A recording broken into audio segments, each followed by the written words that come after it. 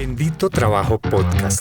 Hola, somos Andrés y Gerald, dos corporativos que suman más de 30 años de experiencia. Y queremos hablar, repensar, analizar y discutir el inmenso mundo del trabajo. Acompáñanos. Hoy estuvimos de visita. Hoy estamos con Astrid Foronda, jefe de desarrollo, aprendizaje y cultura en Natura. ¿Cómo estás? Muy bien, Gerald, ¿y tú?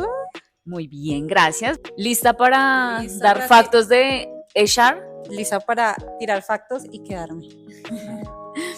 ¿Qué tipo de salario emocional están pidiendo las nuevas generaciones? Bueno, este es un súper facto porque hay dos factos, de hecho.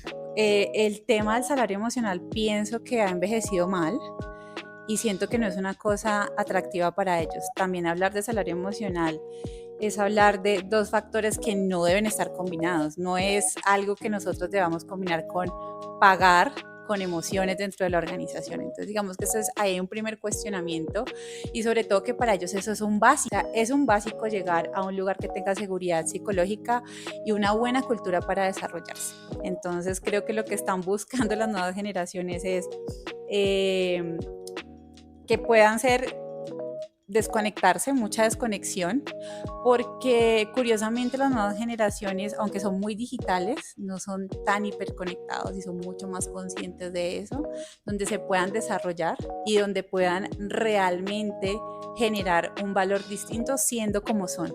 Entonces, por supuesto, no estamos diciendo que el viernes flex, la cerveza y la mesa de ping-pong no sean importantes, por supuesto que sí, son espacios de conexión, pero creo que para ellos ya eso es un básico, entonces creo que eso es lo que están buscando ahora las nuevas generaciones. ¿El crecimiento profesional solo es crecimiento jerárquico hacia arriba? No, y eso también está conectado muchísimo con lo que buscan las nuevas generaciones. Hemos visto en los últimos años un poco que, bueno, antes la tendencia era, bueno, llegas y la promesa de valor es que aquí vas a crecer, vas a ascender. Entonces había una promesa de ganar poder y posición.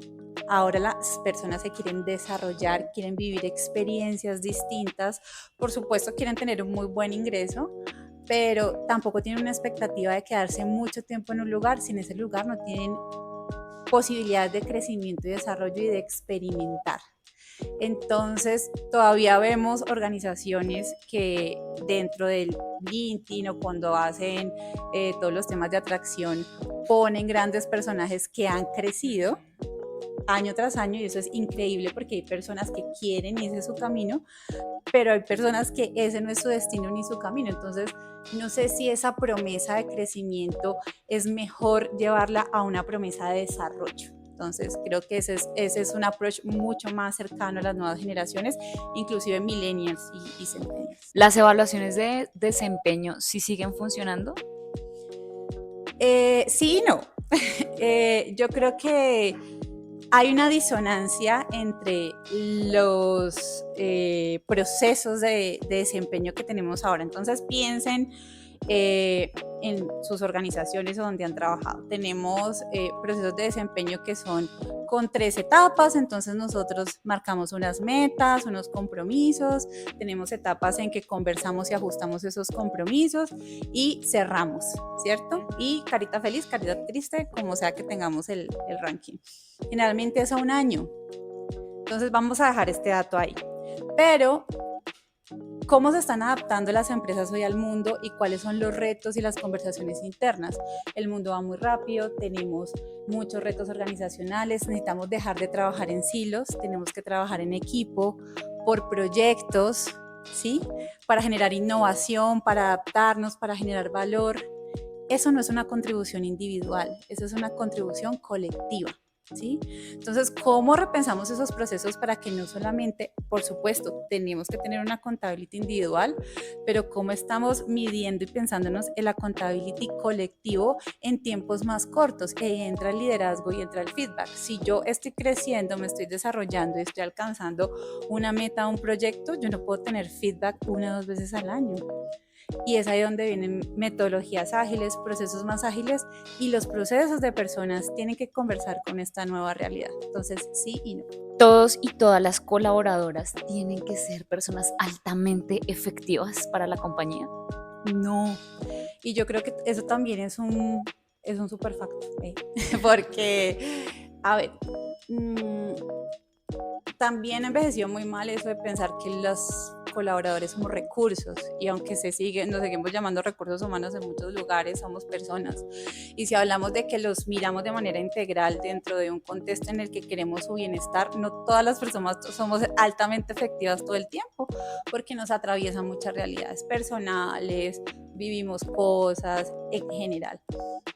No todas las personas somos altamente efectivas todo el tiempo, pero es ahí donde entra el trabajo en colectivo, y es cómo te sostiene tu equipo, cómo te sostiene tu liderazgo en esos momentos en que no eres altamente efectivo. Y yo también creo, ese es otro facto, que las organizaciones tenemos una obsesión muy pegada a la teoría con los altos potenciales o la gente que es una estrella. Y sí, necesitamos mapearlos y necesitamos personas con conocimientos específicos y una madurez específica para cargos específicos y retos que necesitamos. Eso no lo tenemos que dejar de mirar ni medir, pero todas las personas se desarrollan de manera diferente y pueden brillar de manera diferente en diferentes contextos y lugares, en cualquier rango, nivel que tenga tu organización. Entonces creo que no, y no todo el tiempo. Eso no es algo que podamos esperar de las personas dentro de una organización. ¿La cuota de diversidad o de inclusión es fácil cumplirla? ¿Cualquier empresa lo podría hacer? No, no es fácil cumplirla, pero es algo muy importante. Entonces yo quiero aquí hablar de varias cosas. Siempre hay un cuestionamiento un poco y miedos. Siempre he estado en conversaciones donde dicen, es que eso es para que las empresas se vean mejor, o eso es porque quieren vender que son diversas, y las cuotas eso es forzado. Las cuotas son muy importantes. ¿Por qué? Porque tenemos grupos subrepresentados, sobre todo en un país como Colombia, que tiene mucha desigualdad, donde pensemos en una carrera. Entonces no todos empezamos la carrera desde el mismo lugar. Entonces hay personas que empiezan la carrera 10 kilómetros atrás y otros que les faltan 3 pasos para llegar a la meta. Nosotros necesitamos traer esas personas, darles y facilitarles que tengan una posición dentro de nuestras organizaciones, para también, y aquí sí voy a usar la palabra forzar, y es mostrarle a esa cultura cómo se comporta con esas diversidades dentro, con mujeres en posición de liderazgo, con personas afro, étnico-racial, con personas con discapacidad, porque así esa cultura va a hacer los ajustes razonables, ¿sí? Lo que necesitamos ajustar para que ellos estén en bienestar. Y no es fácil, porque no se trata solo de traerlos. Ahora, nosotros llevamos muchos años trabajando en esto, y ahora ya la ley le impuso en Colombia a las organizaciones que lo hagan. Entonces aquí hay una invitación muy importante, y es que tenemos que preparar la cultura y el liderazgo, porque ellos tienen que llegar a un lugar donde realmente haya posibilidades de desarrollarse y de que estén en bienestar, con todos los ajustes. Para eso tenemos que cambiar de mindset y perder el miedo, porque tenemos muchos sesgos de que no vamos a poder trabajar con una persona con discapacidad.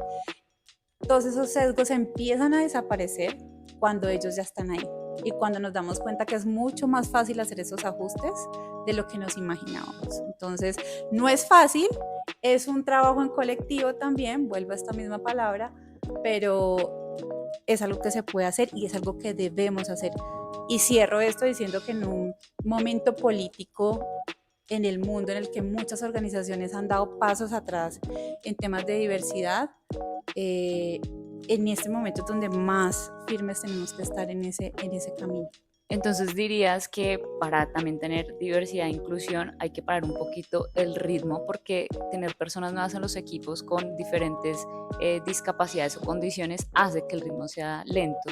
¿Tú crees que las corporaciones están dispuestas a bajar esa velocidad para generar nuevos cambios que permitan que la gente se sienta realmente adaptada?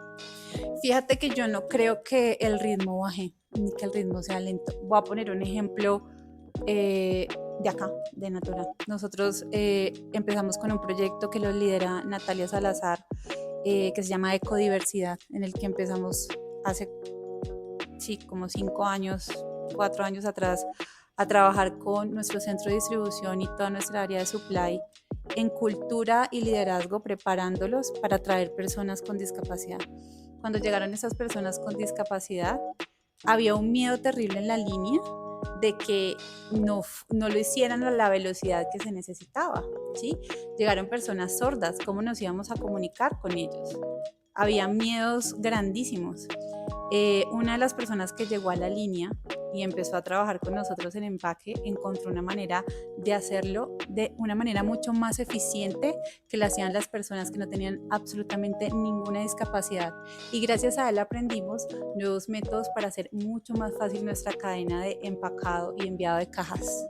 Entonces yo también siento que eso es un sesgo y que, por supuesto, este es un caso. Hay casos en los que sí nos tenemos que adaptar quienes estamos alrededor. No estoy romantizando diciendo que es el caso de todos, pero de ahí salen cosas maravillosas también. Y yo creo que las empresas tenemos que darnos, las empresas y quienes estamos en las empresas, darnos el permiso de poder vivir esos contextos diversos. ¿El e-learning para entrenamiento y educación de colaboradores sí sigue funcionando o ya está obsoleto? Hay que tener un LMS, hay que tener un e-learning, como lo quieran llamar, está súper check, pero yo les voy a hacer una pregunta. ¿Cada cuánto ustedes se meten al LMS de sus organizaciones si es que no los amenazan con que les van a bloquear el computador? Claro, ¿qué sucede? Nosotros ya en el mundo tenemos disponible toda la información que queramos. El conocimiento está ahí. ¿Qué pasa ahora? Los nuevos paradigmas en aprendizaje, sobre todo en aprendizaje organizacional, y esto a veces es difícil escucharlo, ya no están tan enfocados en el aprendizaje formal, ¿sí? Sí, muchos hemos tenido el privilegio de ir a la universidad, hacer cursos y formarnos. Las nuevas generaciones ahora aprenden de una manera distinta, se forman de una manera distinta dentro y fuera de las organizaciones. Entonces, el aprendizaje informal está ganando mucho protagonismo. Entonces, como nosotros, por supuesto, tenemos nuestro LMS, disponibilizamos información, pero también a través de cultura y lo que nosotros llamamos artefactos, que pueden ser acciones o activaciones, llevamos conocimiento. ¿Cómo resuelven ellos los problemas ahora? Si tienen un reto, se meten a un tutorial y lo resuelven. Entonces, tú accedes a ese conocimiento y lo aplicas de manera inmediata. ¿Qué pasa con el modelo formal o de LMS? Tú le dices a un colaborador, haz este curso, listo, lo hace, traccionas de todo, listo, 100% lo hicieron. ¿Qué pasó con ese conocimiento? ¿Cuánto de ese conocimiento se aplicó? Y es ahí donde las organizaciones tienen muchos retos en medir esa inversión y esa aplicación de ese conocimiento. Las estrategias de aprendizaje formal son mucho más económicas y más efectivas para la organización. Ayudan a resolver problemas rápido y están mucho más conectadas con las nuevas generaciones.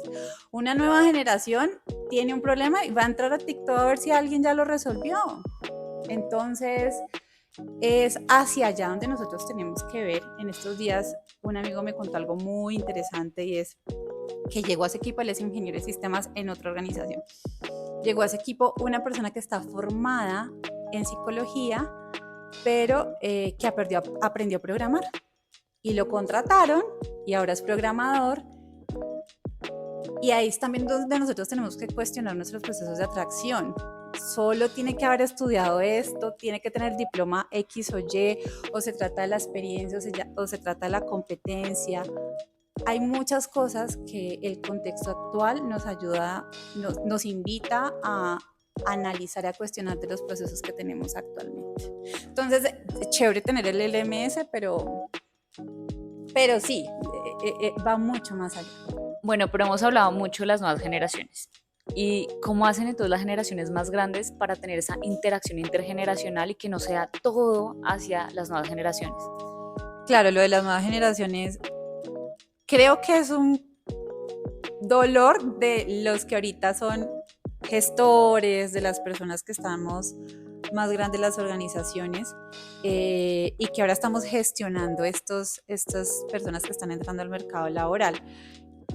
Digamos que acá hemos tenido unas conversaciones muy interesantes y voy a traer un ejemplo y es, uno puede ver algunos líderes o uno mismo, y me voy a poner como ejemplo, es como, bueno, no lo haces tan rápido porque, es que ya no lo quieren hacer, o es que no están tan engallados, o no están tan conectados, y empiezan a haber cuestionamientos acerca, es que es porque es joven. ¿Ese realmente es el cuestionamiento? ¿O son generaciones que exigen mucho más, que tienen otro mindset, que están más enfocadas en su bienestar, que priorizan su vida? Entonces, hemos tenido esas conversaciones internamente, sobre todo en temas de liderazgo, y es cómo nos conectamos, el liderazgo que está ahora de las personas más maduras, a conectarse dentro del colectivo, a entender a esas nuevas generaciones para poder tener una mejor gestión de ellos. Porque seguramente eso pensaban de nosotros quienes fueron nuestros gestores o líderes en algún momento. Y esos choques se dan a través del no entender de dónde vienen, cómo nacieron, con qué están conectados y qué es lo que les interesa actualmente. Entonces creo que esas son las conversaciones que estamos teniendo un poco para preparar el liderazgo y para esa interacción que tenemos con las nuevas generaciones. Ahora, hablando un poquito más de Natura, ¿es posible que una compañía multinacional tan grande sea sostenible, o solo su gran presencia a nivel mundial ya hace que tenga un gran impacto medioambiental? Bueno, esta pregunta me encanta porque me da muchísimo orgullo contestar que es posible, que nosotros somos un ejemplo de eso. Somos una empresa que hace más de 50 años fue pionera en crear refills. Y no solamente eso, nacimos con un propósito que ahora cumplimos. No solo somos sustentables, sino que ahora lo que llamamos nuestra visión 2050 es regenerar y prosperar. Entonces ya no es suficiente con sostener, que es lo que habla la sostenibilidad. Cuando nosotros hablamos de regenerar, es no solamente dejar la casa como la encontramos, en este caso el mundo, sino mejor. ¿Cómo vamos a volver más de lo que tomamos? No solo en temas de carbón neutro, sino en temas sociales, en todas las esferas alrededor de eso. ¿Cómo lo hace Natura? Natura es una empresa que, a través de la estrategia de regeneración, lo que busca es generar prosperidad. Nosotros ganamos este año el premio en Cannes de Kantar a la empresa más sustentable del mundo, y el ejemplo que traemos es este. Nosotros trabajamos con muchos bioactivos del Amazonas que descubrimos y son propios y hacen parte de nuestros productos, como la castaña y demás. Lo que hacemos es trabajar con las comunidades que promueven y están en el Amazonas de Brasil, Perú y Colombia, y lo que hacemos es hacer un comercio justo. ¿De qué se trata el comercio justo? Nosotros hacemos un pacto comercial con ellos de que ellos van a sembrar y cuidar, o sea, no vamos a deforestar, sino que ellos cuidan, recolectan el bioactivo que necesitamos, se les compra a un precio justo, se les acompaña a nivel técnico y de cuidado. Y claro, para ellos es muy interesante poder vender ese producto y no se reforesta. Entonces se cuida la comunidad, hay un comercio justo y se cuida el Amazonas. Y hay unas fotos muy lindas de cuando nos ganamos el premio, de antes de que llegara Natura con sus proyectos, cómo estaba el bosque y después. Y tú puedes ver la diferencia de cómo estamos regenerando y cómo estamos generando un cambio positivo. Nosotros, por ejemplo, en temas de diversidad, en Brasil ya lanzamos, y que están llegando acá, productos que están direccionados específicamente a grupos subrepresentados. Se hicieron investigaciones, y Natura es pionera en hacer investigaciones en cómo se comporta la piel de personas negras. Es distinto. La mayoría de los productos están orientados a personas blancas, tienen una necesidad de hidratación distinta, unos componentes distintos, y asimismo se crean líneas específicas para personas que no habían podido tener esa necesidad. Cuando se lanzó allá, las historias de mujeres negras que decían que las cremas no les funcionaban y se tenían que echar aceites para poderse hidratar la piel, son cosas que te llegan porque se crea un producto que cumple esas necesidades. Entonces no solamente lo puedes ver en los productos, lo puedes ver en el impacto positivo, en el impacto social. Y pues me da mucho orgullo trabajar en una compañía que no solamente quiere sustentar, sino regenerar. Ahora, hablando de nuestra famosa inteligencia artificial, Natura tiene un programa que se llama IA for All. ¿Qué significa esto? Bueno, entonces me voy a volver a un facto que ya habíamos echado, y es el de aprendizaje. Y habíamos hablado un poco que cuando nosotros adquirimos un conocimiento o le decimos a los colaboradores, oigan, hay que aprender de esto. Y entonces, bueno, llegó la inteligencia artificial que ya estaba y llegó el boom y todo el mundo estaba muy preocupado. Fue, pucha, y ahora todos tenemos que saber de inteligencia artificial y aplicarla. Sí, claro, eso es algo que el mercado y el contexto nos está pidiendo. Pero entonces, bueno, si tú lanzas, ¿cómo hacemos? Lanzas un curso de inteligencia artificial y chévere, la gente lo hace y qué tanto lo va a usar, qué tanto lo va a poner en práctica. Entonces nace IA for All desde esas nuevas tendencias de aprendizaje, que lo que busca es no solamente que nosotros nos acerquemos y democraticemos ese conocimiento internamente con lo que nos interesa. Nosotros tenemos unas herramientas internas organizacionales de inteligencia artificial. Entonces, ¿cómo llevamos a que los colaboradores las conozcan todas sus capacidades? Y es acercarlos a ese conocimiento, pero entonces, ¿cómo hacemos para que lo pongan en práctica? Y es ahí donde, voy a decir estos términos en inglés, knowledge pasa a competence, y queremos que eso se vuelva una competencia. Y ahí nace IA for All, donde nosotros, conociendo nuestra cultura, somos una cultura un poquito competitiva, creamos una carrera que tiene unas etapas. La primera etapa es un diagnóstico. Bueno, participan todas las personas de la organización porque queremos democratizar, acercar este conocimiento y movilizarlo. Hacemos un diagnóstico de cuál es el nivel como de madurez en inteligencia artificial, que tanto lo usamos en todas las áreas, y en cada etapa las participaciones de las áreas tienen unos puntos, tienen unos beneficios muy competitivos. Tenemos una etapa 2 donde, claro, los acercamos a los cursos, al conocimiento. Una etapa 3 donde los acercamos a, ya conocemos, entonces diagnosticamos en mi proceso, por ejemplo, de recursos humanos, cómo las puedo aplicar, qué se me ocurre, ya las conozco, me sirve en este proceso, me sirve en atracción, me sirve. Y en las etapas 4 y 5 los acompañamos a que eso se vuelva una competencia, y es a que eso lo apliquen, y los proyectos donde se aplique y tengan, digamos, ese resultado dentro del proceso, pues nada, son los ganadores. Entonces ahí estamos trayendo aprendizaje, cultura, gamificación en un tema que realmente necesitamos impulsar internamente, y eso sí afuera. Bueno, Astrid, ¿y qué consejo tú le darías a los jóvenes que están buscando el propósito de su vida y entonces a veces pelean con las multinacionales? ¿Qué tipo de consejo le podrías dar a esas personas de cómo integrar también todo su conocimiento a empresas tan grandes que a veces les hacen cuestionarse sus principios y sus visiones y sus motivaciones? Bueno, yo tengo un facto, yo tengo un privilegio de trabajar en una organización que tiene un impacto positivo, ya lo hablamos, que tiene un propósito precioso, pero va a tirar un facto muy personal, y es el tema del propósito. También es una presión social, ¿sí? De que todos tenemos que tener un propósito, y que tenemos que tener un propósito y que se tiene que conectar con el de la organización. No tienes que tener un propósito. El simple hecho de que estés acá, de que vivas, de que contribuyas, de que quieras vivir esta experiencia que es vivir y ser una persona dentro de tu contexto social, es un propósito en sí mismo. Entonces, quitarnos ese peso de que tienes que encontrar el propósito. Por supuesto, encuentra el goce en tu vida, que te mueve, que te moviliza, tu familia, tus hijos, vivir tú mismo. Y por supuesto, buscar lugares en los que puedas estar muy cómodo haciendo eso, y también, por supuesto, que te sientas cómodo y que sientas que lo que es organización, porque hay muchos tipos de organizaciones, pues contribuye. Sentirse cómodo en donde uno está y sentir que ese lugar hace cosas lindas, ya es una conexión maravillosa. Pero no se pongan una presión de buscar un propósito. No lo hagan. Sí, bueno, quien lo tenga y quien lo tenga súper claro, súper chévere. Pero a mí eso también me cuestionó mucho.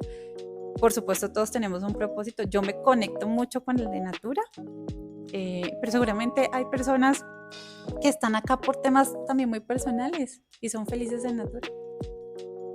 Así es, creemos que el propósito también se debe vivir a través del trabajo y no necesariamente. A veces el trabajo es solo un medio o una palanca para vivir nuestro propósito afuera con nuestras familias, nuestras parejas, nuestros perritos y lo que sea. Gracias a Astrid por tu tiempo y gracias a Natura y nos vemos en un próximo episodio. ¡Chao! Gracias por escucharnos. Sigamos conversando en nuestras redes sociales de @benditotrabajopodcast, donde encontrarás más ideas y recursos para repensar tu trabajo. Les amamos.